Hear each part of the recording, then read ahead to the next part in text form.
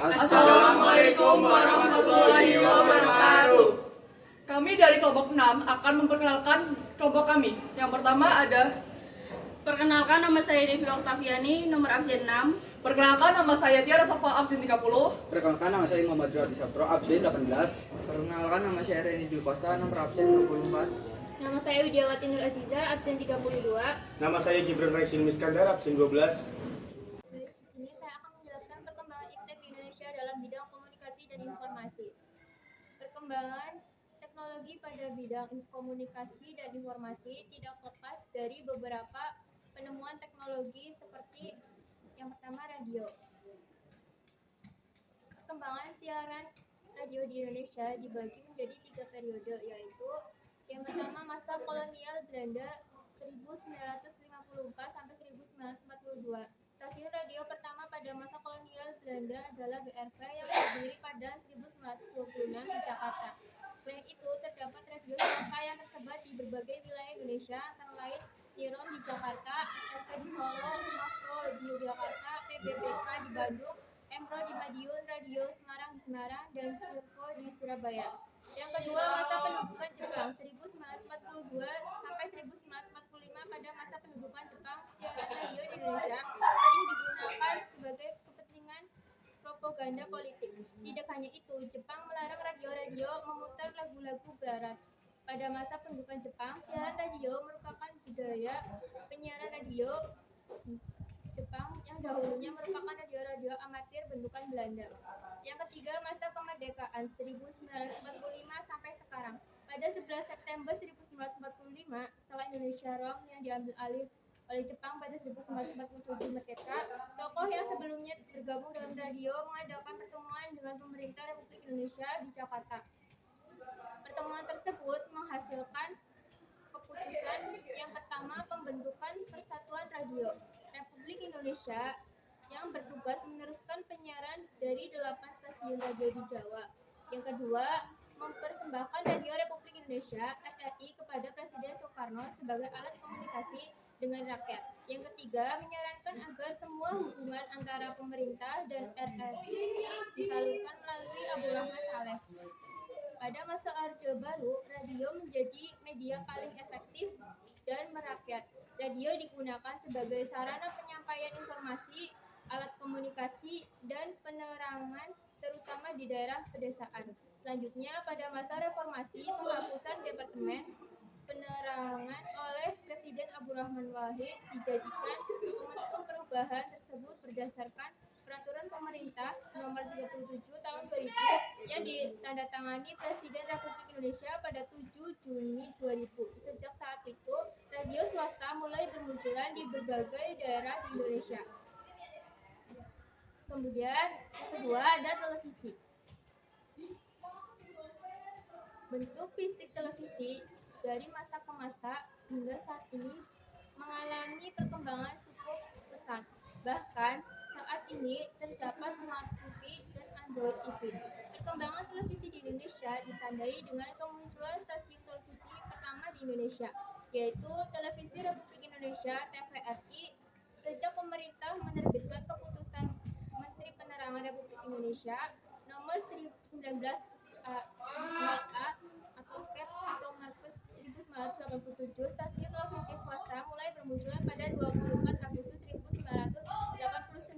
Berdiri dari swasta pertama yaitu Raja Wali Citra Televisi Indonesia (RCTI). Setelah RCTI muncul beberapa stasiun televisi swasta di tingkat daerah ataupun nasional. Banyaknya stasiun televisi swasta memengaruhi kehidupan masyarakat Indonesia.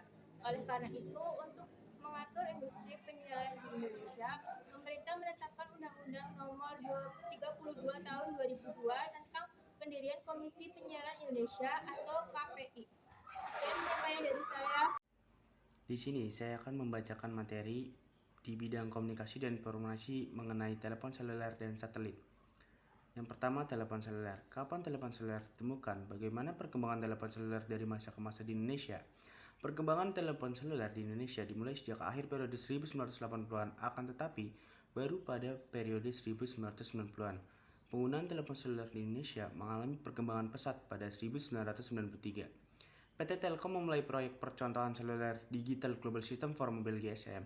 Selanjutnya PT Satelit Palapa Indonesia Satelit Indonesia beroperasi sebagai operator GSM pertama di Indonesia. Sejak saat itu muncul beberapa operator seluler di Indonesia. Telepon seluler mampu menyampaikan informasi dan mempermudah komunikasi antar penggunanya. Oleh karena itu, muncul anggapan bahwa telepon seluler mendekatkan yang jauh. Akan tapi terdapat anggapan lain yaitu telepon seluler menjauhkan yang dekat. Saat ini orang cenderung sibuk dengan telepon selulernya daripada bersosialisasi dengan lingkungan di sekitarnya. Oleh karena itu, Anda hendaknya menggunakan telepon seluler secara bijak. Yang kedua, satelit. Satelit komunikasi pertama yang dimiliki Indonesia diberi nama Sistem Komunikasi Satelit Domestik SKSD Palapa. Satelit ini pertama kali diluncurkan pada Juli 1976 di Cape Kennedy, Amerika Serikat. SKSD Palapa merupakan media yang sangat berguna bagi siaran radio dan televisi, serta sarana komunikasi. SKSD Palapa dibangun pemerintah Orde Baru pada periode Pelita II sebagai usaha membangun sistem informasi. Peluncuran SKSD Palapa dimaksudkan untuk memperlancar komunikasi di seluruh wilayah Indonesia hingga ke daerah pelosok dan pulau-pulau terpencil. SKSD Palapa dikelola oleh Promtel yang saat ini dikenal dengan PT Telkom Indonesia. Satelit Palapa A1 merupakan satelit pertama yang diluncurkan pada Juli 1976 di Cape Kennedy, Amerika Serikat. Pada 1977, kedudukan Palapa A1 digantikan oleh Palapa A2. Sampai Telkom 4. Pada 22 Februari 2019, PT Pasifik Satelit Indonesia Nusantara (PSN), sebuah perusahaan telekomunikasi satelit di Indonesia, meluncurkan satelit Nusantara 1. Selanjutnya pada 9 April 2020, PSN meluncurkan satelit Nusantara 2 dari Satelit Launch Center (XLSC) di Xichang, Tiongkok. Akan tetapi, peluncuran satelit tersebut mengalami kendala sehingga satelit gagal mencapai orbit yang telah ditentukan. Pada September 2020, PSN melanjutkan proyek satelit multifungsi SMF yang telepon seluler dari masa ke masa Nusantara 3 ditargetkan mulai mengorbit pada 2023. Di sini saya akan menjelaskan internet. Internet merupakan jaringan komunikasi elektronik yang menghubungkan jaringan komputer dan fasilitas komputer yang terorganisasi di seluruh dunia melalui telepon atau satelit berinternet. Pada era modern, internet tidak hanya diakses melalui jaringan kabel. Internet juga dapat diakses menggunakan jaringan kabel, seperti teknologi wireless.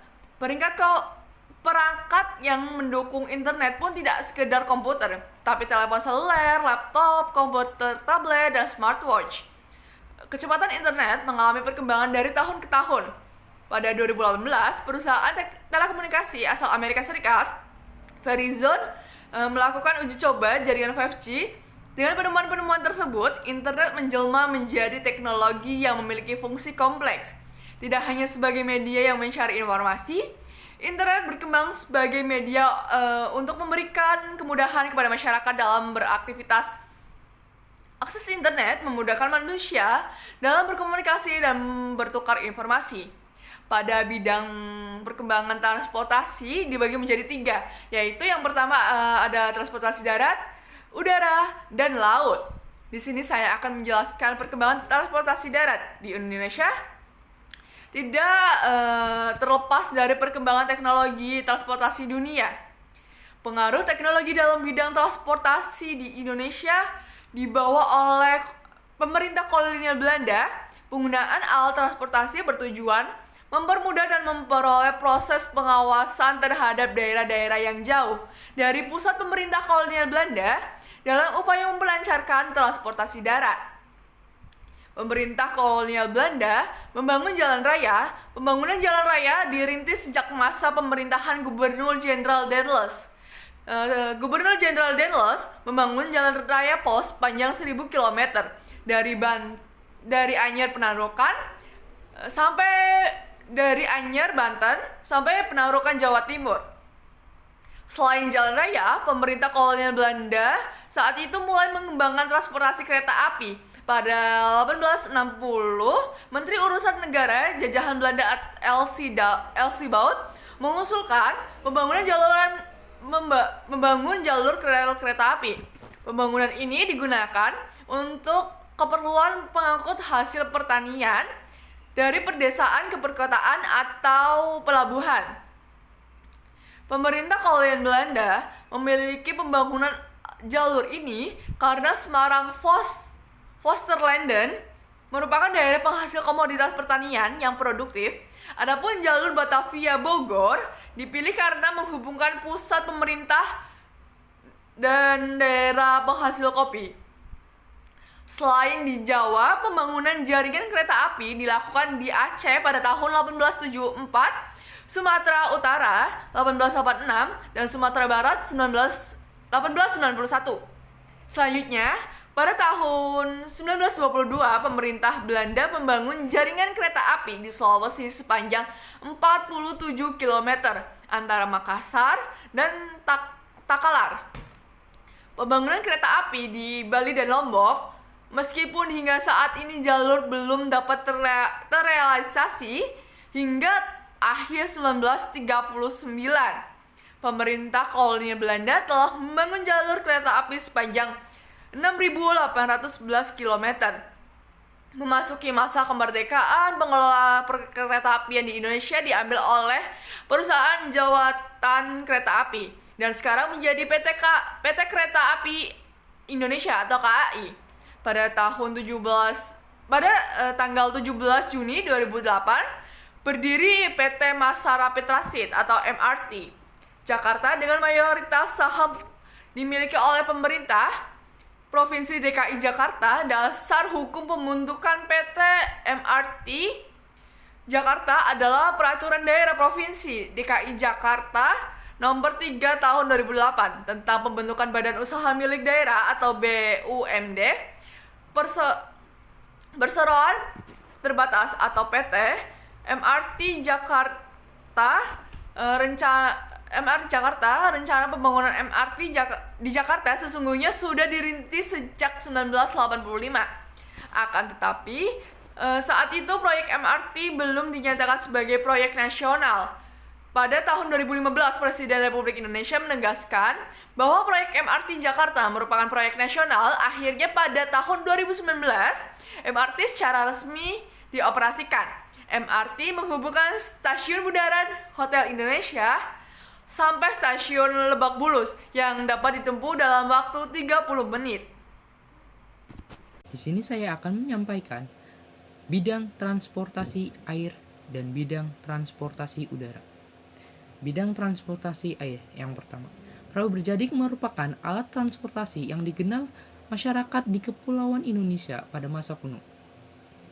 Perahu berjadik menunjukkan masyarakat Indonesia telah mengembangkan teknologi transportasi air. Penggunaan alat transportasi tersebut tidak lepas dari wilayah Indonesia yang berupa kepulauan. Transportasi air di Indonesia makin berkembang sejak kedatangan bangsa-bangsa Eropa. Pada abad 13-15, masyarakat Indonesia mampu membuat kapal jenis pinisi.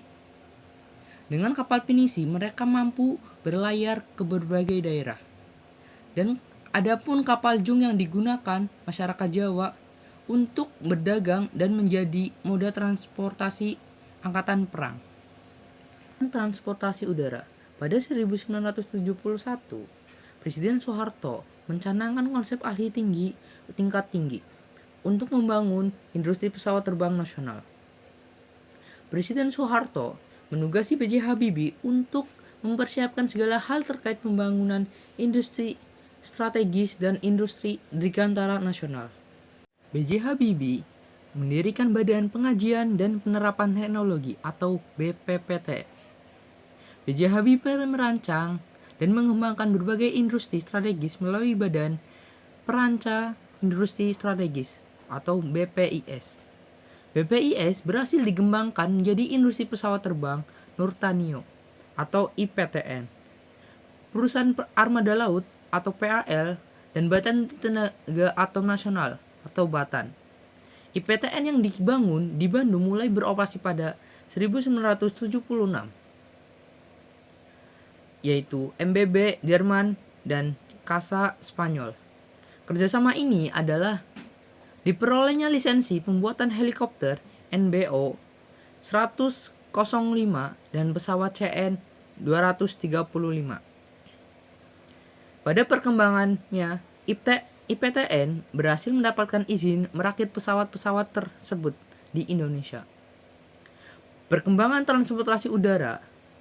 Aspek penting yang tidak boleh ditinggalkan adalah teknologi navigasi untuk menunjang keselamatan penerbangan.